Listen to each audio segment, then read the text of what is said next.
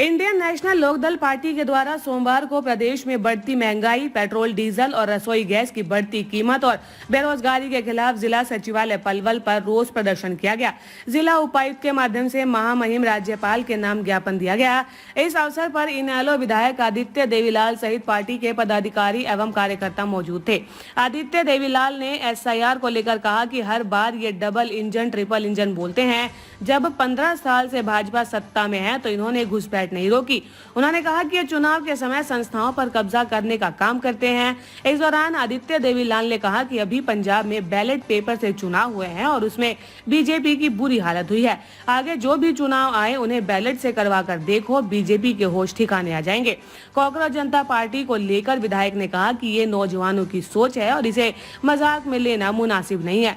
हिंदुस्तान से बाहर पढ़ने वाले, बड़े सपने लेने वाले नौजवानों की सोच है, जिन्हें हिंदुस्तान में ये उम्मीद नहीं थी कि यहाँ पर रोजगार मिल जाएगा। उन्होंने कहा कि PM नरेंद्र मोदी ने देश की हालत ऐसी कर दी है कि देश में रहने वाला नौजवान अपने भविष्य को असुरक्षित मान रहा है। इन्हीं हालातों पर नौजवानों ने अपना विचार रखा और ऐसी सोच और पार्टी का निर्माण किया जिसे चंद घंटों में लाखों करोड़ों लोगों ने पसंद किया और जनता कॉकरोच जनता पार्टी के साथ लग गई, जिससे कि भाजपा घबरा गई और ये पार्टी नौजवानों की सोच है, जिसे लेकर विधायक अर्जुन चौटाला ने भी अपना समर्थन दिया।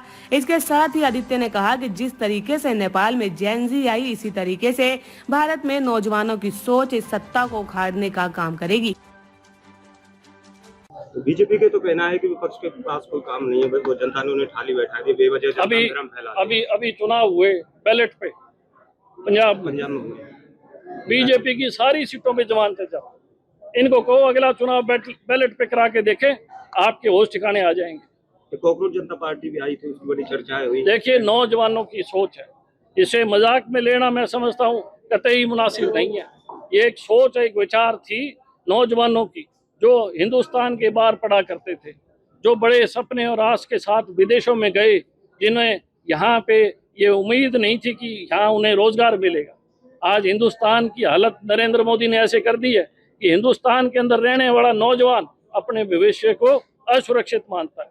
विदेशों में गए, उन्होंने हिंदुस्तान के हालात देखे, उन हालातों पे उन्होंने अपना विचार रखा और ऐसी पार्टी का निर्माण किया, एक ऐसी सोच का कॉकरोच, और चंद घंटों में लाखों करोड़ों लोग उनके साथ जुड़ गए, जिससे ये सरकार घबरा गई। अर्जुन ने भी उस पर अपना समर्थन देने का काम किया। ये नौजवानों की सोच है। जिस तरीके से नेपाल में जेन ज़ी आई थी, मैं समझता हूँ ये इस सरकार के सत्ता उखाड़ने के लिए नौजवानों की सोच में परिवर्तन जो आ रहा है, वो इस सरकार की चूल्हे हिला देगा। किया है, ज्ञापन भी दिया है, क्या कहना चाहोगे? देखिए, आज पूरे हरियाणा में इंडियन नेशनल लोकदल बढ़ती महंगाई के प्रति रोष प्रदर्शन कर रही है। डीजल के दाम, गैस के दाम, घरेलू जो राशन है उसके दाम, हर चीज़ के दाम इस सरकार ने बढ़ाने का काम किया है। भर्ती करना और हरियाणा से बाहर के लड़के भर्ती करना, हर वर्ग इस सरकार से दुखी है। किसान की फसल नहीं बिक रही, किसान को उचित MSP नहीं मिल रही, किसान के खाते में पैसे नहीं है। हालात ऐसे हैं कि आज तो बैंक भी पैसे देने से मना कर रहा है। जो हमारी खुद की पूंजी है वो भी हमें नहीं मिल रही। आज इंडियन नेशनल लोकदल ने जिला पलवल में रोष प्रदर्शन किया है। हम लोग यहाँ पे DC को ज्ञापन देने आए थे और DC ऊपर कमरे में बैठ के जन समस्या सुन रहा है। मेरे समझ से बाहर है कि जब जनता हाजिर है और इलाका अपनी समस्या बता रहा है, तो जन संवाद जो है बंद कमरों में किया जा रहा है। ये सरकार की नाकामी, सरकार का फेलियर है। जब नरेंद्र मोदी 2014 से पहले ये कहा करते थे कि मैं रुपए को मजबूत करूंगा, डॉलर को कमज़ोर करूंगा, आज हालत यह है कि रुपया सबसे कमज़ोर अंतिम पायदान पे है और डॉलर जो है वो आज बढ़त बनाए हुए सबसे आगे खड़ा है। प्रधानमंत्री लोगों को संबोधित करता है कि आप डीजल की बचत करो, खाद्य तेल की बचत करो, आप सोना मत खरीदो, लेकिन प्रधानमंत्री खुद अगले ही दिन विदेशी दौरों पर निकल जाते हैं। हमारे साथ खिलवाड़ हरियाणा की सरकार और हरियाणा के तमाम सरकारी लोग कर रहे हैं। 3 दिन साइकिलों पे चले लोगों को दर्शाने के लिए कि हम लोग जो प्रधानमंत्री काम करता है वही काम हम करते हैं। 3 दिन चलने के बाद सारे लोग आज ऐश और आराम से गाड़ियों में, लाखों करोड़ों की गाड़ियों में घूम रहे हैं। सरकार का पैसा जो आम जनता का पैसा है, आम जनता तो दुखी है। ये लोग उस सरकारी पैसे का लुत्फ उठाने का काम कर रहे हैं और हरियाणा के नौजवान बेरोजगार हैं, उन्हें कोई नौकरियां नहीं मिल रही, कोई व्यवसाय नहीं है, कोई नई इंडस्ट्री नहीं आ रही। सरकार केवल अडानी और अंबानी के लिए काम करने का काम कर रही है। नरेंद्र मोदी भी विदेशी दौरों में जाता है, केवल जहां जहां अडानी और अंबानी ने अपना बिजनेस करना है, पैसा कमाना है, उन्हीं देशों का दौरा किया जाता है। जो देश अडानी और अंबानी कहते हैं उसी देशों का दौरा प्रधानमंत्री करता है।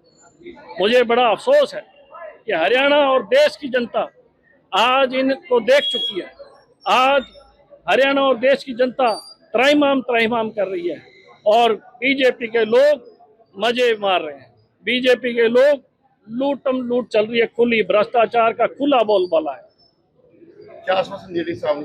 देखिए, मैं डीसी साहब को कह के आया कि आप यहाँ जनसंवाद कर रहे हैं, जनता है ही नहीं कमरे में, सारे अफसर बैठे हैं तो जनसंवाद किस बात का?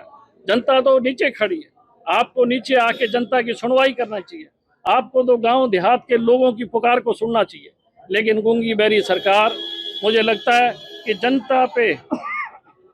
जनता जो है अब इनसे भरोसा ही खो चुकी है। आम जन आज सड़कों पे है, संघर्ष कर रहा है। मैं ये मानता हूँ कि सरकार के लोगों की हिम्मत नहीं है कि वो जनता में जाए और अफसरों की हिम्मत नहीं है कि वो सुनवाई कर सके, क्योंकि सब लोग पैसे के चक्कर में लूटम लूट में लगे हुए हैं। बताया कि SIR होने की चर्चा है प्रदेश में। पहले बंगाल बिहार चुनाव हुए तो उसमें धांधली के आरोप लगे इन लोगों पे। देखिए, जहां जहां बीजेपी इस तरीके का षड्यंत्र कर रही है वो केवल सत्ता हथियाने के लिए। आपने देखा, पहले घुसपैठ की बात कर रहे थे। मैं एक बात पूछना चाहूंगा, जब 2014 से लेके आज तक केंद्र में बीजेपी की सरकार है और ये चाक चौराहों पे ट्रिपल इंजन, डबल इंजन बोलते हैं, तो 15 साल तक आपने घुसपैठ क्यों नहीं रोकी? जब बॉर्डर सारे हिंदुस्तान के आपके पास है तो आपने रोकी क्यों नहीं? जनता को केवल जुमलों को चक्कर में डाल रखा है। लोभ लुभावने वादे करते हैं, वादों को पूरा नहीं करते, और जब चुनाव आता है तो चुनाव आयोग, अदालतें, तमाम चीज़ों को हथिया लिया जाता है ताकि किसी तरीके से सत्ता पे कब्जा किया जाए। मैं समझता हूँ कि प्रजातंत्र में अब चुनाव नहीं हो रहे, कब्जा हो रहा है। जिस चीज़ में